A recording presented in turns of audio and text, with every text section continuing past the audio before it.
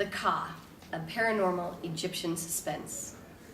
The archaeologist's excited voices filled the small chamber. "Oh, yes," Dr. Withers said. "We're such a team." "So what we have here," Kyswaty said, "is a tomb constructed sometime between the reign of Akhenaten and possibly through that of Tutankhamun. Not very long. Definitely from the Aten era," Bebe said. She had studied and learned well, easily making the switch from South American to Egyptian archaeology. "How'd you figure?" Ginny asked. "Because Aten-era tombs have side chambers like this one. Amen worshippers carved the rooms of their tombs straight in." The Egyptians listened as the Institute's group of professionals proved their knowledge. "Who ruled during that time?" Ginny asked. "Akhenaten for 17 years, Bebe said. Then, as speculation has it, possibly Smenkhare, his younger brother, for about 3 years.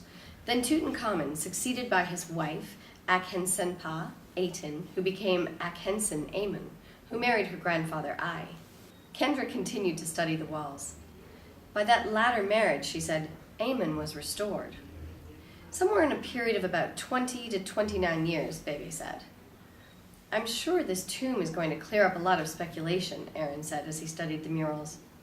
"I can feel it in my bones," Dr. Withers said. The other walls contained hieroglyphs and more reliefs. Rows of spectacular lotuses bordered the panels in bright blues, reds, and greens. Brilliant yellow hues glowed as if freshly painted. "Work your magic for us, Kyswaty," Dr. Withers said, directing his light to the hieroglyphs. She moved slowly around the chamber, forcing herself not to contaminate the paintings by touching what she really wanted to do: touch, feel, and perceive ancient history in one of the best ways only she knew, with psychometric impressions. But body oils, carbon dioxide from breath, photography lamps, exhaust fumes, and fresh air could begin deterioration of tomb art. Kyswaty stopped suddenly, gasped, and could say nothing. Everyone as well seemed suspended in anticipation. Finally, totally out of character when addressing her, Aaron said, "Don't keep us waiting." "Some of you know what's being told by these glyphs," she said, teasing and drawing at the moment. "Bits and pieces," Clifford said. "Kyswaty, please." Methodically, she examined one row of hieroglyphs. "Beware," she began, pointing her way along. "Beware and be ready. Two who would enter. The spell is cast to last till all of time has passed." "Magic," Kendra said again, but that sounded like a warning. Kyswaty looked away quickly. "Guess in time we'll find out." Magic and spells were common. For some reason, Kyswaty felt utterly triumphant, as if having completed one of the most important acts of her life. "Two who would enter," Aaron said. "Pretty specific." "Tombs weren't built with the expectation others would enter," Kendra said. "Till all of time has passed" suggests maybe this priestess, if that's what she was, Bebe said, saw into the future to a time when two people would come here for a purpose. She shrugged. "Maybe." "Could these reliefs be showing us the two specific people?" Kendra asked. "I doubt it," Kyswaty said quickly. Drawing quick conclusions was not her habit. She hoped that no one noticed, and then wondered why she responded in such an abrupt manner. "These are probably scenes from her life and work." Aaron had learned much about glyph interpretations from her. What little the others knew was learned from their experiences. They spent a few minutes deciphering the overall message of the chamber. Quiet mumbling filled the room as each sounded out different symbols, like subdued repeating of chants and prayers. When Dakarai and Masood joined in, the team members tried to emulate their accents, and pronunciation made the hum of voices sound ancient. "The mummy in the burial chamber," Clifford said finally, "was either a royal personage, maybe a royal relative, or a high courtier." "Almost certainly a female," Kendra said, judging by these murals. The Egyptians expected to take their lives with them into the afterlife.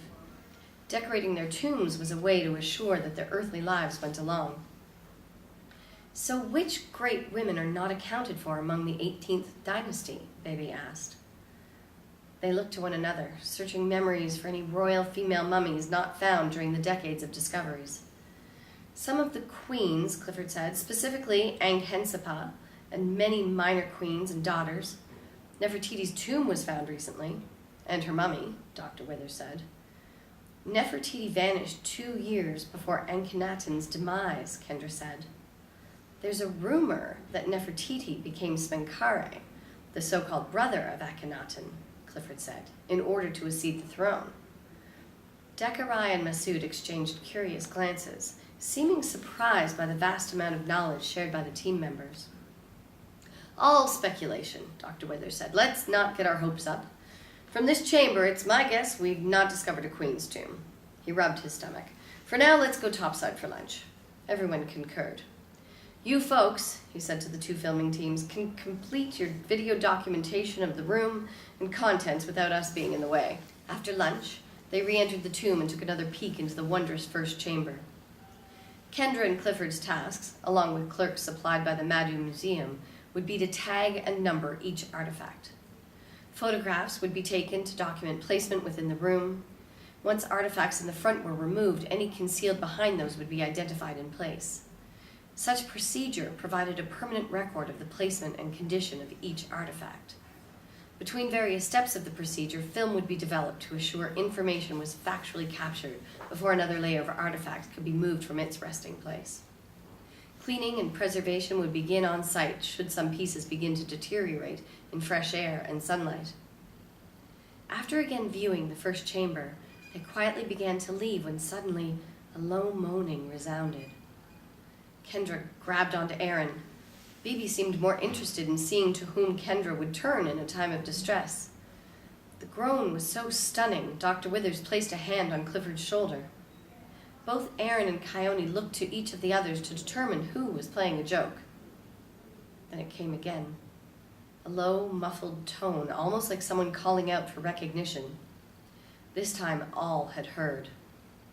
No one moved or said anything. Finally, Kyswaty said, "That's not the same sound I've been hearing." A male voice. "Which one of you guys is trying to pull one over?" The men looked to one another. The sound came again, vague and indistinct, but none of the men had opened their mouths. "The wind," Aaron said, shrugging. "There's no air current in here, O pilgrim," Masood said. "The tomb's no longer sealed, however," Aaron said. After that episode, no further sounds were heard, and they slowly exited the spectacular first chamber. They made their way into the passageway, down the short flight of steps. Aaron pulled Kyswaty aside. "Why did Masood call me O Pilgrim? The Egyptians are very respectful of others, but why specifically O Pilgrim? Someone must have told him you've been to the Holy Land. Anyone who's been there is revered by the Egyptians. So if they respect you, they tack on some sort of title? Better than saying, 'Hey you,' right?" Against a backdrop of walls displaying scenes of the times with artistic splendor, Ginny's lens continued to record their every move, videographed for posterity.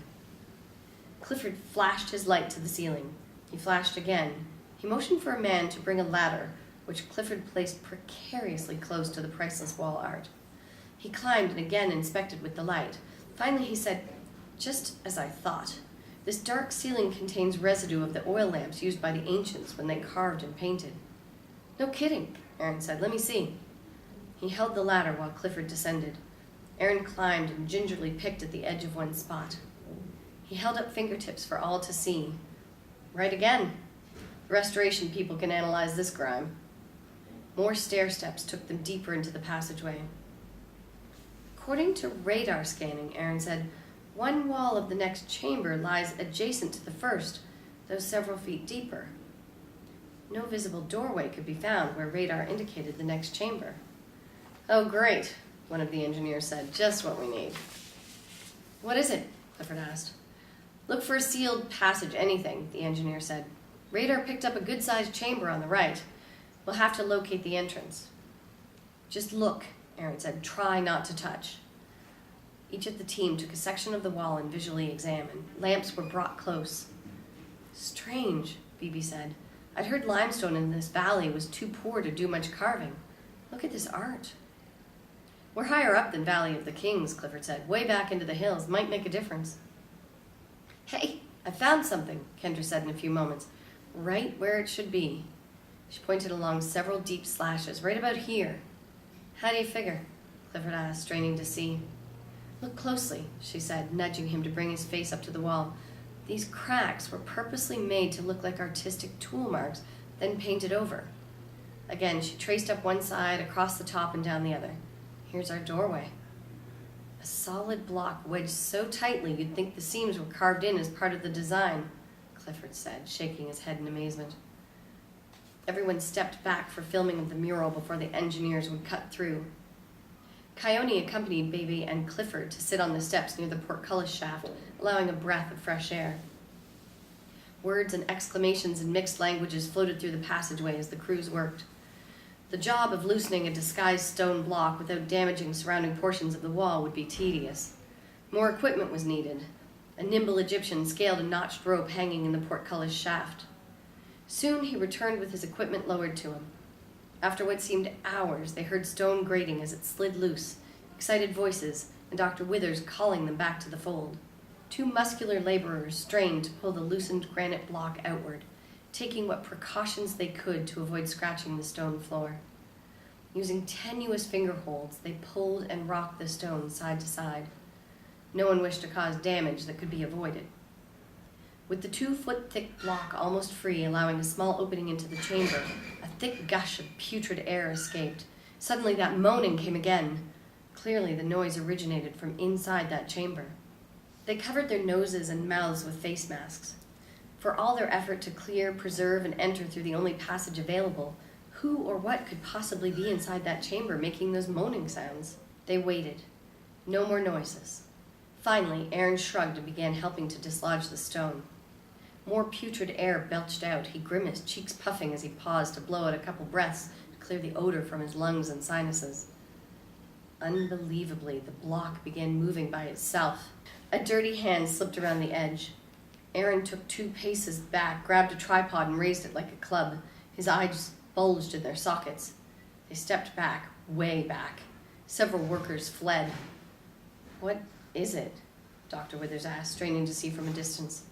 A dirty arm with blood on a torn sleeve poked through as the block moved again. Then, dirty, disheveled, and favoring the bloody arm, a figure hobbled into the passageway like the dead coming to life.